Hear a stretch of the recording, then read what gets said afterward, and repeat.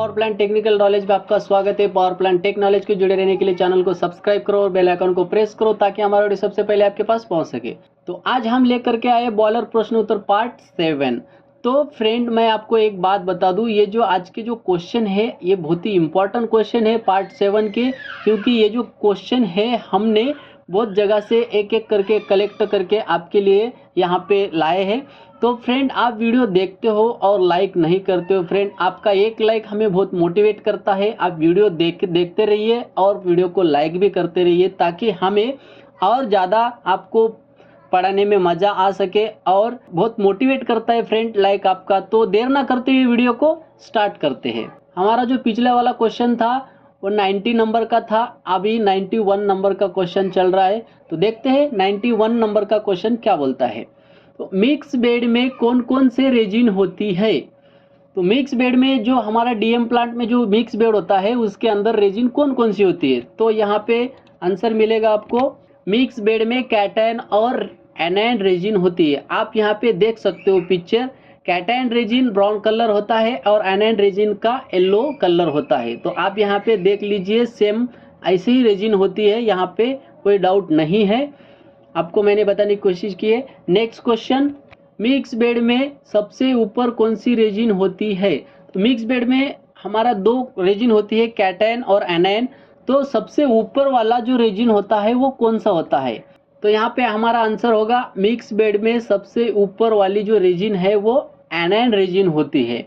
अभी ये सबसे ऊपर क्यों होती है और कैटायन रेजिन नीचे क्यों होती है। हम तो मिक्स बेड में रेजिन मिक्स करते हैं एयर ब्लोअर के मदद से, फिर भी वो ऊपर नीचे कैसे सेपरेट हो जाता है बेड। इसको बेड बोलते हैं, ये बेड के अंदर होती है रेजिन। तो ये जो बेड होता है ये मिक्स कर देते हैं हम इस रेजिन को बेड के अंदर, तो ये सेपरेट कैसे हो जाती है। तो फ्रेंड, मैं आपको ये बता देता हूँ कि कैटायन और एनायन का रेजिन का जो डेंसिटी होता है, डेंसिटी में डिफरेंट होता है।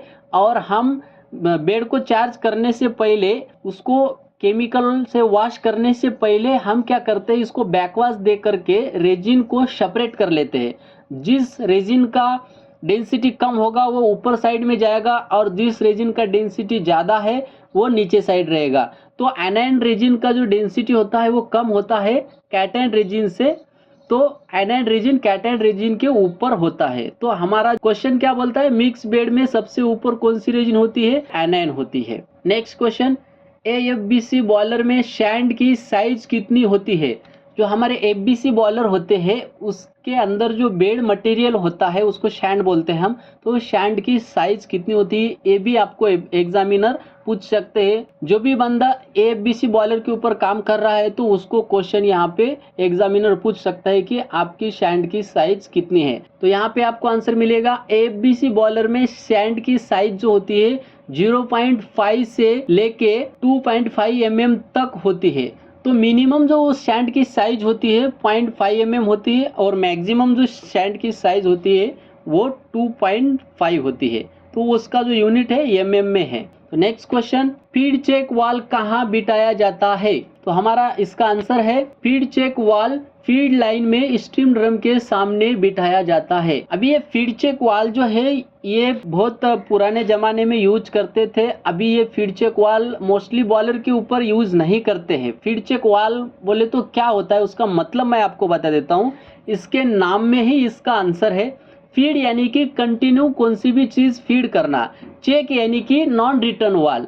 तो जो फीड चेक वाल होती है वो एक ही वाल में दोनों का असेंबली होता है, उसी को हम फीड चेक वाल बोलते हैं। तो मोस्टली अभी बॉयलर में क्या यूज करते हैं, फीड करने के लिए हम फ्लो कंट्रोल वाल यूज कर लेते हैं और चेक वाल यानी कि नॉन रिटर्न वाल जो है वो सेपरेट बिठा देते हैं। तो नॉन रिटर्न वाल जो होता है एग्जैक्ट स्टीम ड्रम के सामने बिठा देते हैं और जो फीड वाटर कंट्रोल वाल होता है वो इकोनोमाइजर के इनलेट को बिठा देता है। तो फीड चेक वाल जो होता था वो मैनुअली ऑपरेट करना होता था, इसलिए वो क्या करते थे, उसको स्टीम ड्रम के सामने एग्जैक्ट बिठा देते थे, गेज ग्लास के सामने, ताकि वहां पे बॉयलर का जो वाटर लेवल मेंटेन करता है उसको वाटरमन बोलते हैं। तो वाटरमन वो क्या करता था, गेज ग्लास में लेवल देख के वो फीड चेक वाल जो होता था ओपन क्लोज जैसी बॉयलर की रिक्वायरमेंट होती थी वैसा वो लेवल मेंटेन करता था, इसलिए वो एग्जैक्ट स्टीम ड्रम के सामने वहां पे वाल दिया जाता था। तो नेक्स्ट क्वेश्चन है हमारा, कार्बन फिल्टर का काम क्या होता है। हमारे डीएम प्लांट में और आरओ प्लांट में कार्बन फिल्टर, सैंड फिल्टर, ये दोनों भी बेड होते हैं। मैंने सैंड फिल्टर के बारे में क्वेश्चन कर दिया है और ये कार्बन फिल्टर बचा था। कार्बन फिल्टर के जो काम होते हैं वो बहुत ही सिंपल काम है। यहाँ पे आप देख सकते हो, वाटर में जो घुले हुए चीजें हैं, जैसे कि नमक हो गया, शक्कर हो गई, वैसे जो घुलने वाली चीजें हैं वो चीजें, और वाटर के ऊपर जो तैरने वाले ऑयल होते हैं, यानी कि ऑयल के रूप में जो भी केमिकल्स वगैरह आता है या ऑयल है उसके ऊपर तैरने वाले, इन सभी को निकालने का काम कौन करता है? ये कार्बन फिल्टर करता है। वो क्या करता है? खुद में ऑब्जॉर्व कर लेता है, वो आगे नहीं जाने देता है। ये जो कार्बन होता है ये कोल से बना हुआ होता है, फिल्टर करके इसको बनाते हैं। मुझे कमेंट में पूछा गया है कि कार्बन फिल्टर के अंदर क्या होता है, तो उसका जो मटेरियल होता है कोल होता है और ग्रेवल स्टोन होता है।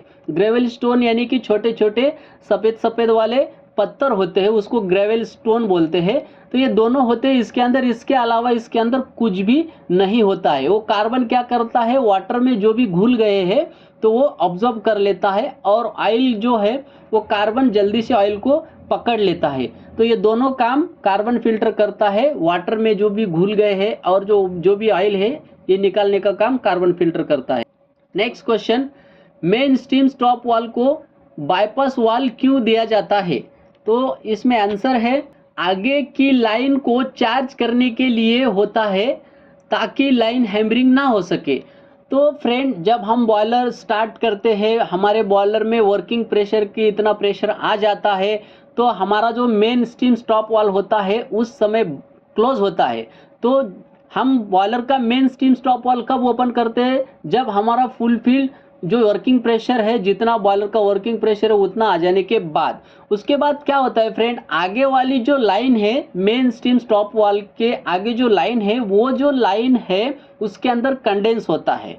तो वो लाइन में हम जब main steam stop valve open करके स्टीम छोड़ते हैं तो वहाँ पे हैमरिंग के बहुत चांसेस होते हैं, क्योंकि प्रॉपर कंडेंस उसके अंदर से नहीं निकलता है। तो क्या होता है, स्टॉप वाल्व को अगर हम क्रैक ओपन करके थोड़ा थोड़ा अगर हीटअप देना चाहते हैं, लाइन को थोड़ा सा चार्जिंग करना चाहते हैं, तो गलती से भी स्टॉप वाल्व थोड़ा सा क्रैक ओपन होने से थोड़ा सा ज़्यादा ओपन हो जाता है तो वहाँ पे हैमरिंग होने के चांसेस बहुत बढ़ जाते हैं। इसलिए स्टॉप वाल्व को हाफ इंच का, पौन इंच का जो बाईपास वाल्व होता है, वो बाईपास वाल्व इसलिए देते हैं कि उसको अगर पूरा भी ओपन करते हैं तो आगे जो लाइन है वो हैमरिंग नहीं होती है, उसका प्रेशर भी कम जाता है और फ्लो भी कम जाता है। तो वहाँ पे धीरे धीरे लाइन आगे चार्ज होती है और उसके बाद हम main steam stop valve open करके बाईपास वाल्व क्लोज कर देते हैं। इसके लिए यहाँ पे जो मेन स्टीम स्टॉप वाल्व को बाईपास दिया जाता है। Next question, boiler heating surface कैसे निकालते हैं?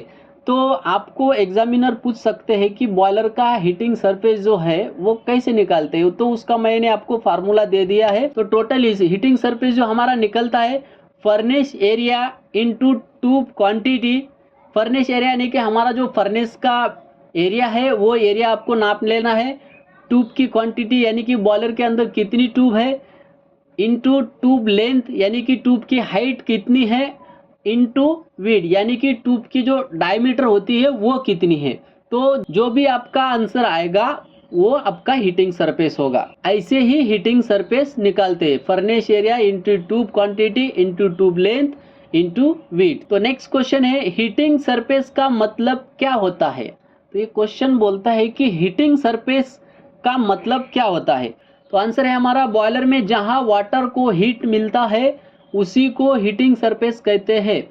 तो फ्रेंड, मैं आपको सिंपल भाषा में बता देता हूं कि बॉयलर में जब हीट हम देते हैं उस हीट को हमारा जो वाटर है ऑब्जर्व कर लेता है, और जहां भी हमारा वाटर हीट होता है उस हीट से, तो उसी जगह को हम क्या करते हैं, हीटिंग सरफेस में कन्वर्ट करते हैं, उसको हीटिंग सरफेस में मेजर करते हैं। जबकि हमारे बॉयलर में ट्यूब होती है, ट्यूब कितनी होती है, बहुत सारी ट्यूब होती है, और बीच बीच में कहीं पे गैप हो जाती है, वहाँ पे ट्यूब नहीं रहती है, वहाँ पे रिफैक्ट्री वर्क होता है।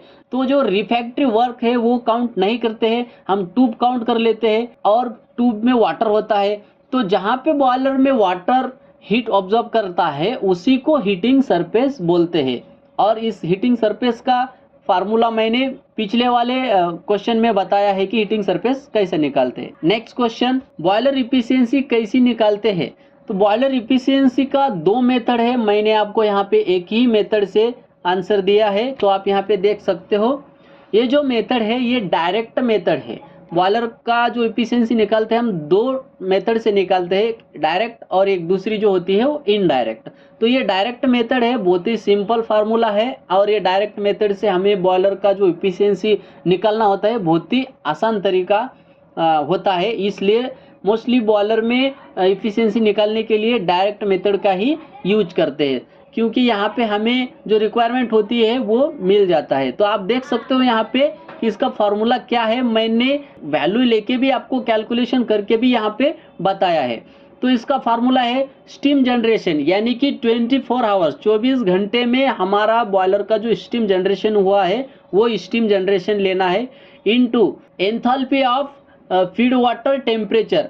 फीड वाटर टेम्परेचर का जो एंथैल्पी है आपको स्टीम टेबल में मिल जाएगा। स्टीम टेबल आप गूगल पे सर्च मारोगे स्टीम टेबल, तो वहाँ पे आपको एंथैल्पी जो होता है फीड वाटर का वो आपको मिल जाएगा, minus enthalpy of steam temperature. हमने जो स्टीम जनरेशन किया है उस स्टीम का जो प्रेशर है वो प्रेशर के ऊपर आपका एंथैल्पी यहाँ पे मिल जाएगा स्टीम टेबल में, वो लेने का है।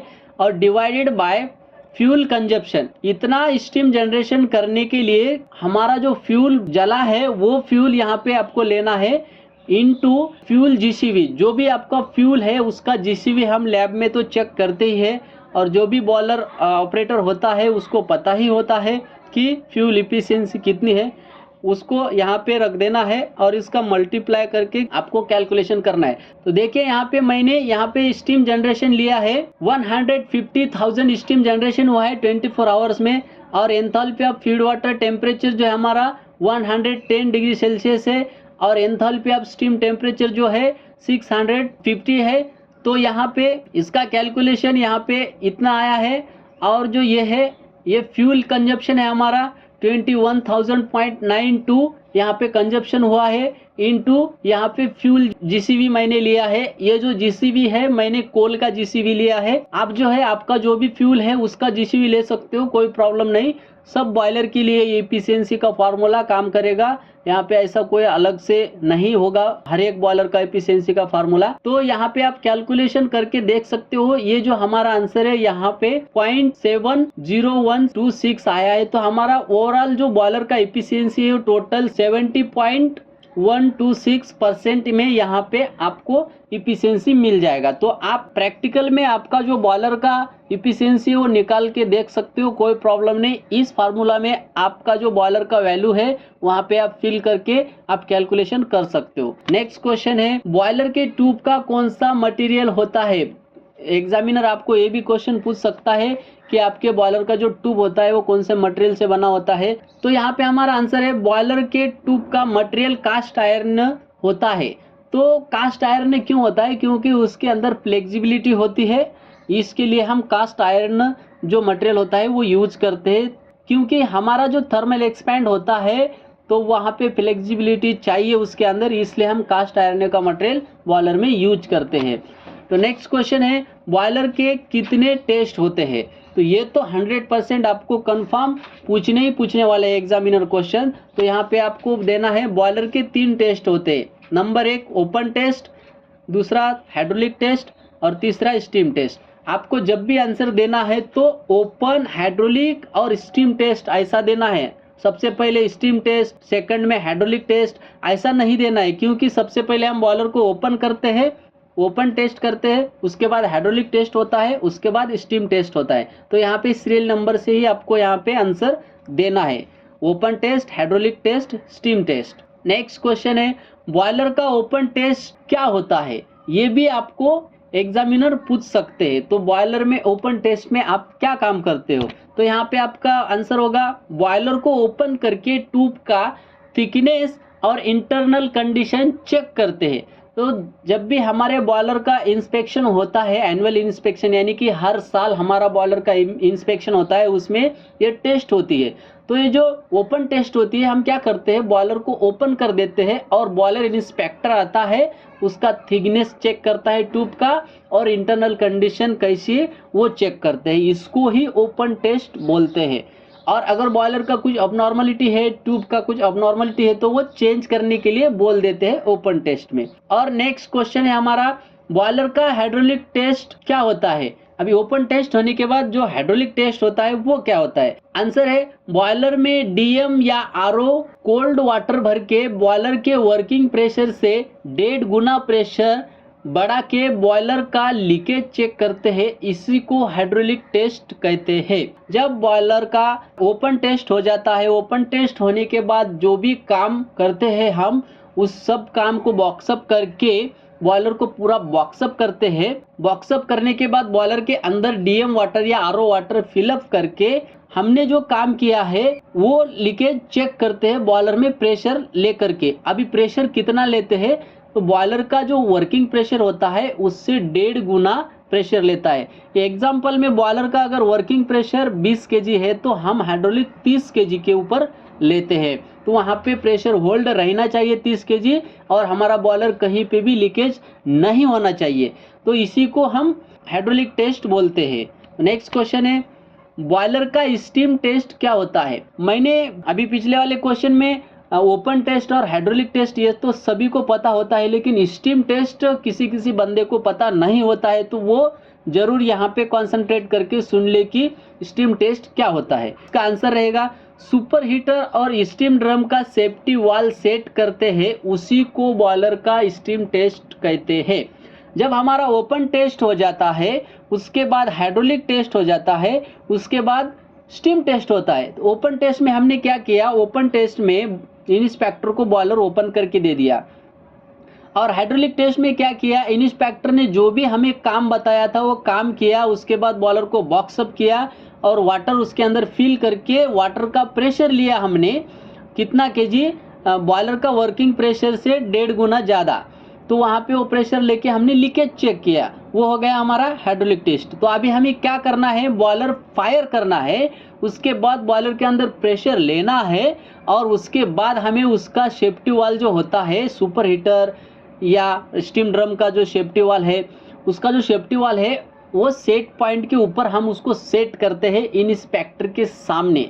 तो वहाँ पे उसको ही जो सेफ्टी वाल्व को सेट करते हैं उसी को हम स्टीम टेस्ट बोलते हैं। इसके अलावा स्टीम टेस्ट का यहाँ पे कोई काम नहीं होता है और दूसरे काम को स्टीम टेस्ट नहीं बोलते, ये ध्यान में आप रखिए। नेक्स्ट क्वेश्चन है, बॉयलर का बेयर इंस्पेक्शन कब होता है। ये भी जरूर आपको एग्जामिनर एग्जाम में पूछने वाले हैं कि बेयर इंस्पेक्शन क्या होता है और कब होता है। क्योंकि फ्रेंड कोई कोई 2 साल काम करता है फैक्ट्री में, कोई कोई 3 साल करता है, कोई कोई 5 साल करता है, कोई 8 साल करता है, लेकिन 10 साल कोई कोई करता है काम। 10 साल एक कंपनी में कोई टिका हुआ नहीं होता है, तो उनको बेयर इंस्पेक्शन नहीं मालूम होता है। उनके सामने जो बेयर इंस्पेक्शन होता है तो वो कभी कभार हो जाता है। तो बेयर इंस्पेक्शन का मतलब क्या है, बॉयलर का बेयर इंस्पेक्शन हर 10 साल के बाद होता है। बॉयलर का जो होता है ये बेयर इंस्पेक्शन जो होता है ये 10 साल के बाद एक बार होता है, तो इसको बेयर इंस्पेक्शन बोलते हैं। ये बेयर इंस्पेक्शन में हम क्या करते हैं, थोड़ा सा आपको इसका जो जानकारी है शॉर्टकट में बता देता हूँ। बॉयलर का बेयर इंस्पेक्शन यानी कि बॉयलर का पूरा हम जो डक्ट होता है, पूरा बॉयलर का जो ट्यूब होता है पूरा ओपन करके यहाँ पे इंस्पेक्टर को चेक करने के लिए देते हैं, इसी को बेयर इंस्पेक्शन बोलते हैं। जैसे कि एनुअल इंस्पेक्शन में हम थोड़ा सा ओपन करते हैं, यानी कि बॉयलर का जो मेन स्टीम ड्रम होता है, स्टीम ड्रम का मैनुअल निकाल के इंटरनल बाहर निकालते हैं, मड ड्रम का मैनुअल ओपन करते हैं, हेडर का फ्लैंज ओपन करते हैं।